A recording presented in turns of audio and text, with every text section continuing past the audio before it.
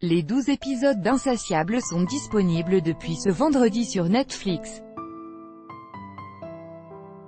Après la publication de sa bande-annonce mi-juillet, la série a fait l'objet d'une pétition pour demander à la plateforme de ne pas la diffuser au motif qu'elle traiterait de manière problématique des troubles alimentaires et des personnes obèses. Lauren Gusci, la créatrice de la série, s'était justifiée en assurant que son intention était de livrer une satire du culte de l'apparence. Spoiler, attention, cet article révèle quelques éléments des 2 premiers épisodes d'Insatiable. Patty, lycéenne, est régulièrement victime de brimades et d'insultes au sujet de son poids. La fois où un SDF lui suggère de lui donner sa barre chocolatée car elle est suffisamment grosse, et celle de trop, elle lui décoche un coup de poing au visage, il réplique et lui casse la mâchoire. 3 mois plus tard, l'adolescente sort de l'hôpital, n'ayant pu ingérer que des aliments liquides, elle a considérablement minci. Alors qu'elle est poursuivie en justice par son agresseur, elle rencontre Bob, un avocat considéré comme un paria depuis qu'il a été accusé à tort d'agression sexuelle sur mineur et qui cherche à redorer son blason de coach de jeunes filles lors des concours de beauté. Il voit en Patty une opportunité de se racheter tandis qu'elle envisage de se venger de celles et ceux qui l'ont tourmentée. Voici résumé en substance le premier épisode d'Insatiable. Cette série va causer des troubles de l'alimentation et contribuer à perpétuer l'objectification des corps féminins, s'alarmait fin juillet une pétition exigeant l'annulation de sa diffusion. Un message resté lettre morte, malgré les plus de 225 000 signataires, puisque la première saison a été mise en ligne comme prévu ce vendredi sur Netflix. Il faut dire que la bande-annonce, entièrement focalisée sur la transformation physique et compilant les scènes de moquerie envers Patty la truie, laissait augurer du pire et notamment d'une crasse hostilité envers les personnes obèses. S'il vous plaît, donnez une chance à la série. L'actrice principale, Debbie Ryan, avait tenté d'éteindre la polémique. Nous ne faisons pas ça pour stigmatiser le fait d'être en surpoids. Nous voulons porter un regard acéré sur des systèmes dangereux et inadéquats qui mettent sur un pied d'égalité minceur et valeur d'une personne. @insatiable cœur noir à post shared by cœur noir. @debirian en juillet 21, 2018 at 12h06 PDT. La créatrice du show, Lauren Gusci, s'était elle aussi justifiée sur Twitter. À 13 ans, j'étais suicidaire.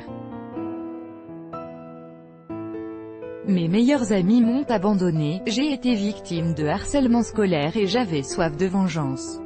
Je pensais que si j'avais l'air jolie de l'extérieur, cela s'arrangerait. Au lieu de ça, j'ai développé des troubles alimentaires, et une forme de colère qui vous donne envie de faire de mauvaises choses. La série est un conte montrant combien le fait de croire que l'apparence est le plus important peut faire des ravages. S'il vous plaît, donnez-lui une chance. Une catastrophe totale, creuse, blessante et haineuse, les médias anglo-saxons ne l'ont pas entendu de cette oreille. Ces derniers jours, les articles ont fleuri pour dézinguer Insatiable dans les grandes largeurs. Vulture parle de « catastrophe totale ». Pour le Daily Beast, il s'agit d'une « cinglante démonstration que les meilleures intentions peuvent aboutir aux pires résultats ». Le BuzzFeed américain qualifie la série de « creuse, blessante et haineuse » quand Business Insider évoque sa dimension « bordélique et offensante qui va au-delà du fat-shaming, la stigmatisation du surpoids ». Et ce n'est là qu'un petit aperçu des amabilités formulées à l'égard du nouveau show de Netflix. The new Netflix series. There are so many things wrong with this. https://xg69vjl27apic.twitter.com/pmmdfkndwf Buste Magazine @buste-magazine July 20, 2018. Au regard des 2 premiers des 12 épisodes que 20 minutes à visionner, il est clairement problématique de voir la mince Debbie Ryan vêtue d'une fat suit, c'est-à-dire une tenue rembourrée pour matérialiser le surpoids, pour les scènes antérieures à la transformation physique de son personnage. Cela fait passer le gras pour un attribut bizarre et extérieur. Ce que cela n'est pas. Les personnes grosses existent, dans leur pleine et glorieuse corpulence, écrit Sophie Hagen dans Le Guardian. Cette journaliste, qui se décrit comme une « femme grosse et heureuse », déplore que le rôle de la Patty obèse n'ait pas été confié à une comédienne ronde. Laissez les gros jouer des rôles de gros, je comprends qu'il soit plus sympa de regarder une personne mince dans un fat suit, cela donne l'illusion que l'embonpoint est une chose que l'on peut simplement enlever, souligne-t-elle. La fat suit n'est jamais utilisée dans un insatiable pour créer un gag ou provoquer les rires aux dépens de l'héroïne, contrairement, par exemple, aux épisodes de Friends montrant une jeune Monica obèse ou aux personnages incarnés par Martin Lawrence dans les Big Mama. Il n'empêche que l'emploi d'un tel artifice apparaît comme une insulte aux personnes concernées, à l'instar des blackfaces, et qu'il est temps d'en avoir pleinement conscience. Des personnages grotesques insatiables se révèlent être, du moins au cours des 2 premiers épisodes, une satire du culte des apparences et du paraître, moquant également un petit monde conservateur du sud des États-Unis. L'action se déroule en Géorgie. La plupart des protagonistes entourant Patty sont mus par la jalousie, l'envie ou le narcissisme et apparaissent, à quelques exceptions près, grotesques. Chaque personnage recherche une validation extérieure, expliquait début août la créatrice de la série à Vanity Fair. Les seuls qui finissent par bien se comporter sont ceux qui découvrent vraiment qui ils sont. Il nous reste 10 épisodes à voir pour confirmer qu'il s'agit bien là de la morale de l'histoire. Ce qui est sûr, c'est qu'Insatiable ne montre pas, fort heureusement, la minceur comme la solution à tous les problèmes, ni comme une source évidente et essentielle d'épanouissement. Dans le 2e épisode, à l'intitulé provocateur, être mince, c'est magique, Patty affirme le contraire, être mince n'a rien de magique, ça n'effacera pas ces années où on me traitait comme de la merde.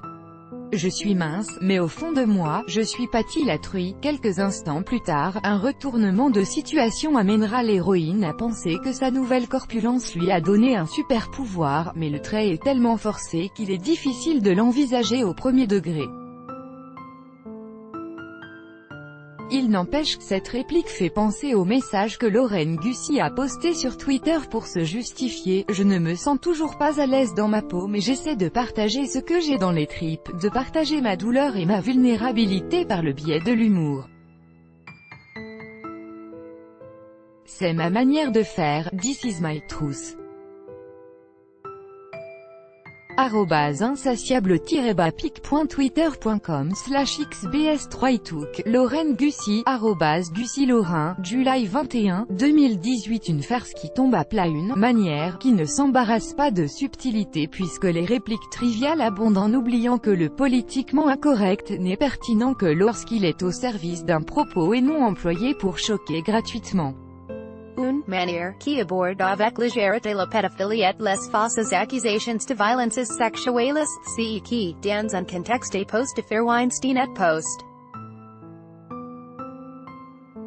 Insatiable n'est sans doute pas l'horreur absolue redoutée par ses détracteurs, mais plutôt une farce qui tombe à plat. Si vous furetez sur Netflix, optez plutôt pour I Feel Pretty. Dans cette comédie, Amy Schumer incarne une jeune femme complexée par ses rondeurs qui, après s'être cognée dans une chute, en vient à se voir comme elle rêve d'être alors qu'elle est restée la même physiquement. Le plaidoyer en faveur de l'estime de soi comme moteur d'épanouissement personnel dure dans ce cas moins de 2 heures. Et non 12 épisodes.